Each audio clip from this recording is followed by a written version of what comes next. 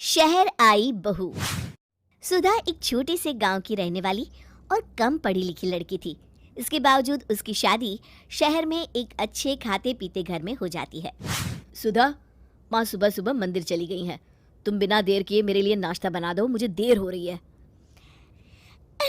ए जी, मैं अभी आपके लिए ऐसा नाश्ता बना के लेकर आती हूँ कि आप अपनी उंगलियां चाटते रह जाएंगी जी। सुधा जल्दी से रसोई घर में जाती है। हे राम, रात के सारे जूठे बर्तन अब तक वैसे के वैसे ही पड़े हैं।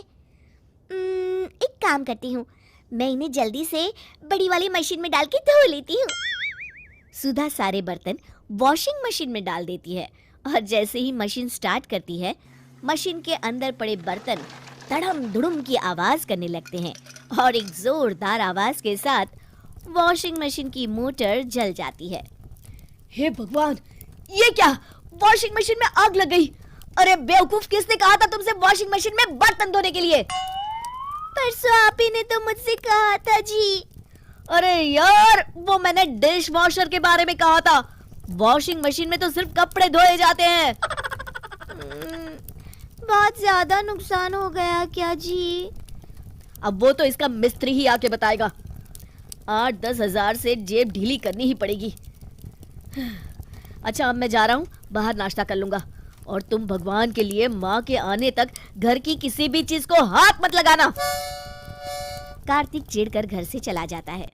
इस तरह अलग अलग रहन सहन के चलते और शहर की नए जमाने की चीजों से अनजान सुधा अक्सर कोई ना कोई बेवकूफी कर देती थी। इसी तरह एक दिन सुधा कमरा साफ कर रही होती है कि तभी उसकी नजर कार्तिक के लैपटॉप पर पड़ती है। मेरे पतिदेव का भी जवाब नहीं, इतनी महंगी चीज को ऐसे ही रख छोड़ा है। ओहो, कितनी धूल जमी है इस पर। अभी इसे साबुन से रगड़कर साफ कर देती हूँ। सुधा कार्तिक के लैपटॉप को साबुन से धोकर कपड़ों के साथ सूखने के लिए रस्सी पर टांग देती है। शाम को जब कार्तिक घर लौटता है तो अपने लैपटॉप को इस तरह रस्सी पर टंगा देख उसकी आंखें फटी की फटी रह जाती है। हे भगवान, मेरा 50,000 का लैपटॉप इस रस्सी पर क्यों लटक रहा है? सुधा, याओ! क्या हुआ जी? ये क्या है? अब भगवान के लिए ये मत कहना कि तुम्हारे गांव में लोग लैपटॉप को इसी तरह धोकर सुखाते हैं। आपको पता है जी, इस पर कितनी धूल जमी थी। एक तो खुद आप अपनी चीजों को साफ सफाई से रखते नहीं, ऊपर से जब देखो मुझे आंखें दिखाते रहते हैं। हे भगवान, इस पागल औरत का मैं क्या करूं, क्या करूं, क्या करूं? सुधा रोने लगती है।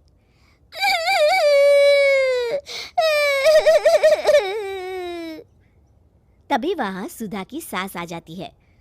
अरे अरे, क्या हुआ? इतनी जोर से क्यों चिल्ला रहा है? बाहर तक आवाज आ रही है। अपनी आंखों से देख लो, आपकी लाडली बहू ने मेरे इतने महंगे लैपटॉप के साथ क्या किया है। अब ये किसी काम का नहीं बचा। अरे, गलती तो इंसान से ही होती है ना, तू इसे प्यार से भी तो समझा सकता है। अरे बेटा, घर गृहस्थी की गाड़ी ऐसे नहीं चलती। पति पत्नी दोनों का आपसी तालमेल होना बहुत जरूरी है। और तू है कि जब देखो इस पर धौंस जमाते रहता है। बड़ा आया तू, चल बहू यहाँ से। कार्तिक भी मुंह बनाकर वहां से चला जाता है। फिर एक दिन सुधा बाजार में खरीदारी करने के लिए जाती है। अरे बहन जी, ऐसा सामान आपको पूरे बाजार में नहीं मिलेगा, सिर्फ और सिर्फ 600 रुपए का है। बाप रे बाप, 600 रुपए? अरे भैया, 100 रुपए की चीज 600 में दे रहे हैं। अरे लूटना है तो जाके बैंक लूटो ना, हम गरीबों को क्यों बेवकूफ बना रहे हो?